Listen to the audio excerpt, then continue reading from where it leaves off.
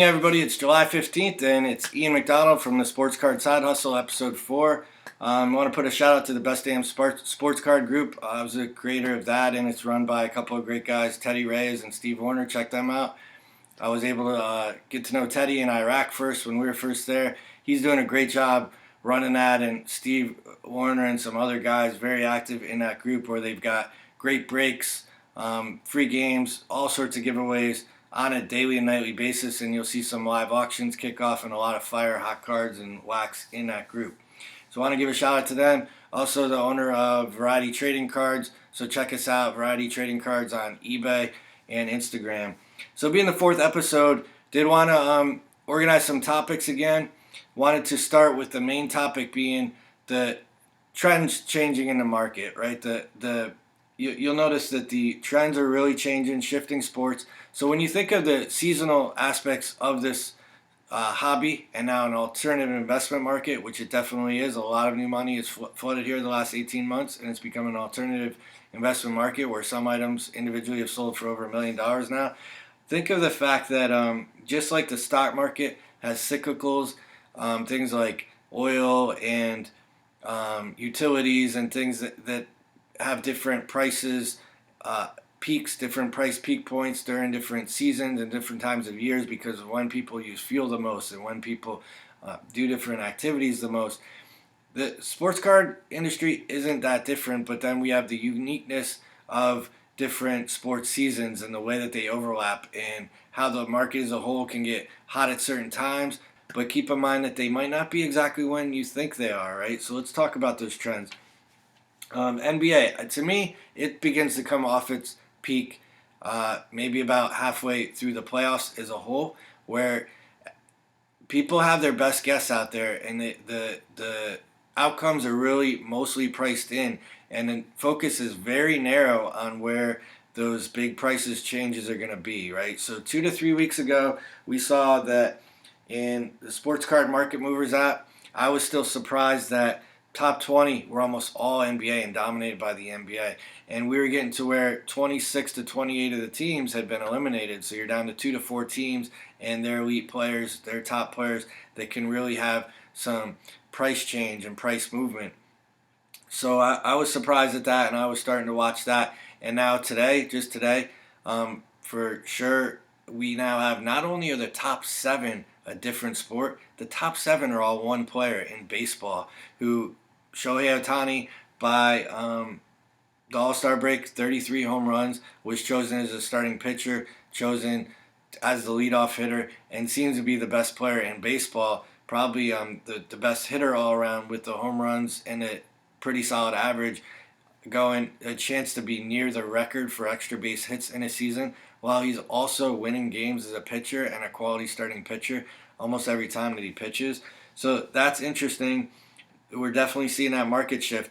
But I think that things that you can take away from stock markets and other leading markets compared to this alternative investment market and lessons learned, try to find the things that are the same and the things that are different, right? So that you can learn from those as this market starts to behave more like others or other markets in some aspects. So one thing I'm noticing, or that I am starting to believe in, is things like buy the rumor, sell the news, that basically sometimes expectations are built in and priced in.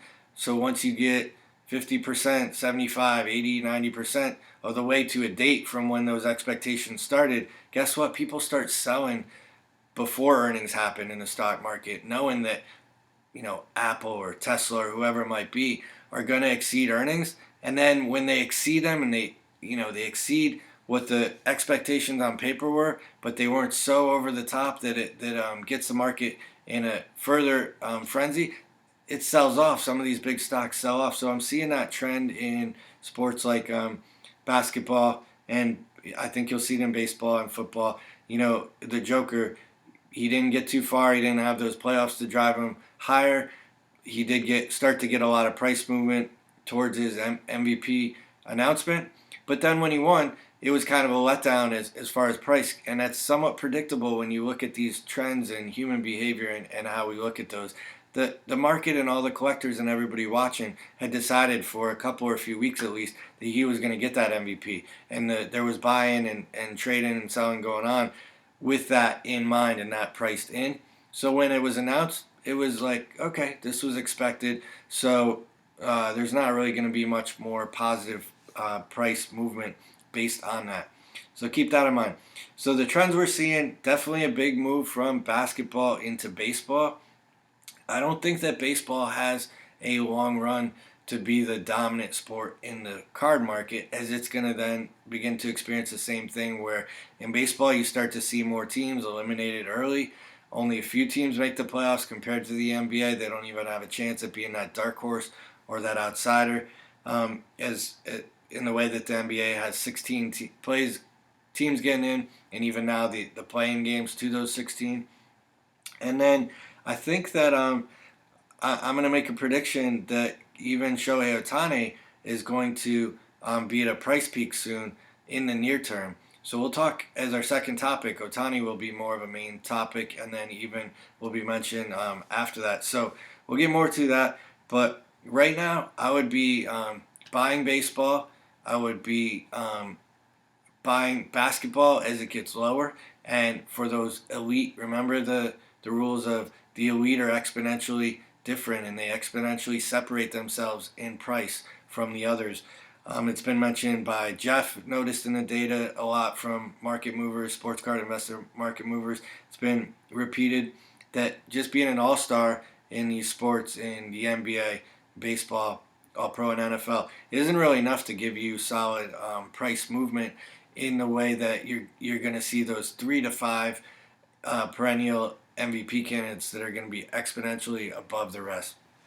So the trend's definitely moving from NBA to baseball right now, and I think people are starting to slowly buy and prepping to buy, setting some money, selling some other cards to get ready for that big NFL hype that starts to hit around Labor Day, and when those peak performances happen in the first 4 to 6 weeks, that's when by midseason you're really seeing football being the dominant sport price-wise, and focusing in on who those players are, having the proven that they're multi-year performers or breaking out from very minimal price to this guy is an elite player, so he deserves to be up there with the others. So look for that. Also, market trends. I'm saying that the market is off its low, right? So if you look at the card ladder index, it was down to about to under 19,000 after it had peaked at around 28-ish or in the 28s. Keep in mind this card ladder index that was developed with all these iconic cards and cards that are so important to the market used as a baseline. I give card ladder a lot of credit for how they did that and their thought behind it. But it was 4,000 to 5,000 on January 1st of 2020. So keep that in mind. Before COVID hit, before a lot more money came to the market, before all these other outside external factors started to impact this alternative investment market the way it has, this index was between 4,000 and 5,000, and it hit 28,000 by around March 1st of the next year. So 14 months. That's a 5 to 6 time multiplier of an index, of a broad index that includes vintage, huge cards like Messi and Ronaldo for soccer in their rookies, and about near 20 years ago, Michael Jordan rookie, up to cards of near today. So this isn't a a small in scope change that happened that way. And so it was probably a healthy correction when we came down then about a third from high 20s down to under 20. So that to me it looks like now we've had a solid month of that baseline held, and it started to creep back up.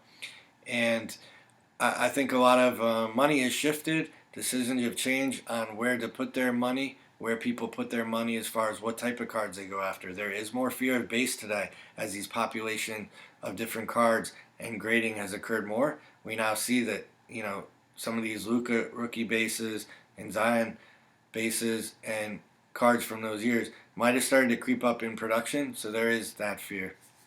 Okay, so that's kind of my first topic, and what is the market trends right now? The shift in trends, moving from um, basketball, you really don't have much upside left, and look for those chances to buy those elite future players like Zion in the offseason and hold until you hit the basketball hype again.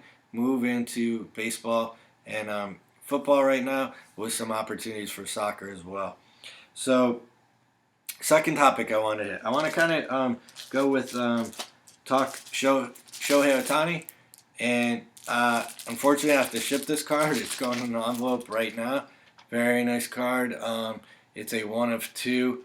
It was the 2020 Panini Flawless Memorable Marks, and it was signed. It's signed a. I'm sorry. It's a 9/9. So the 9 of the card and the 9 of the autograph. I did auction it, and I'll tell you that I don't hold a lot for long, but I have been holding a lot of football for a while and building up inventory of those guys that I think are going to be the that I thought had a decent price point and have that chance to continue to be elite or become elite.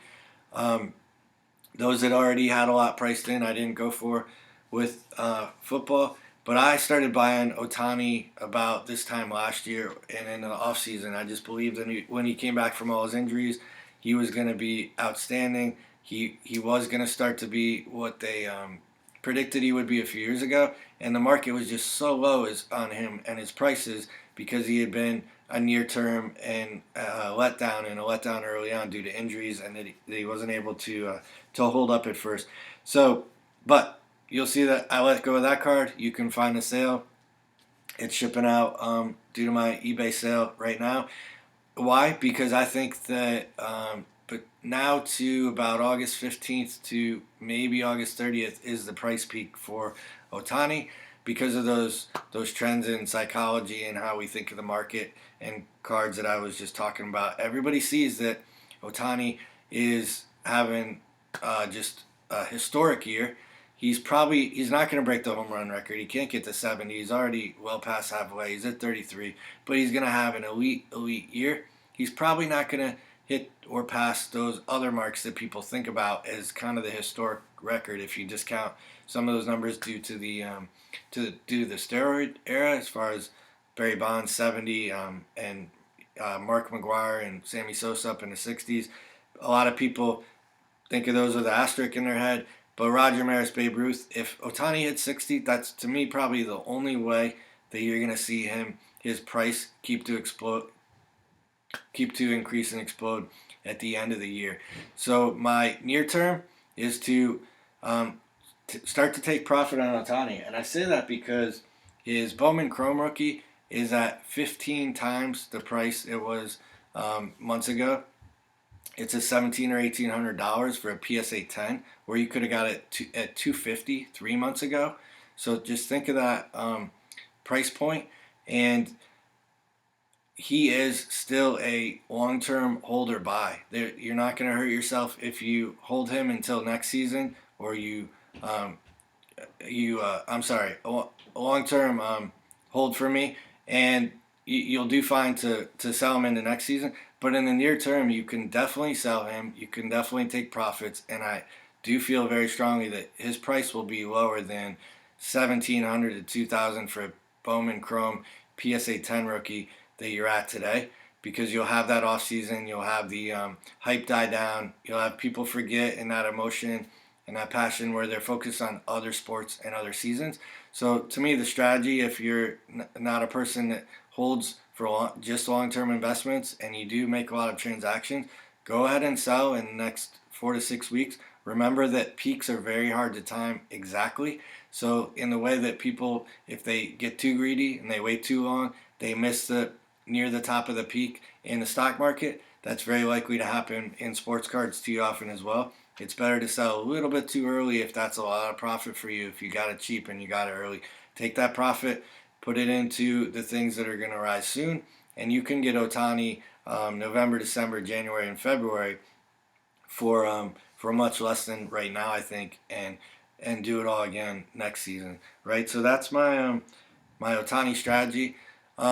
Beyond that, I just want to say um,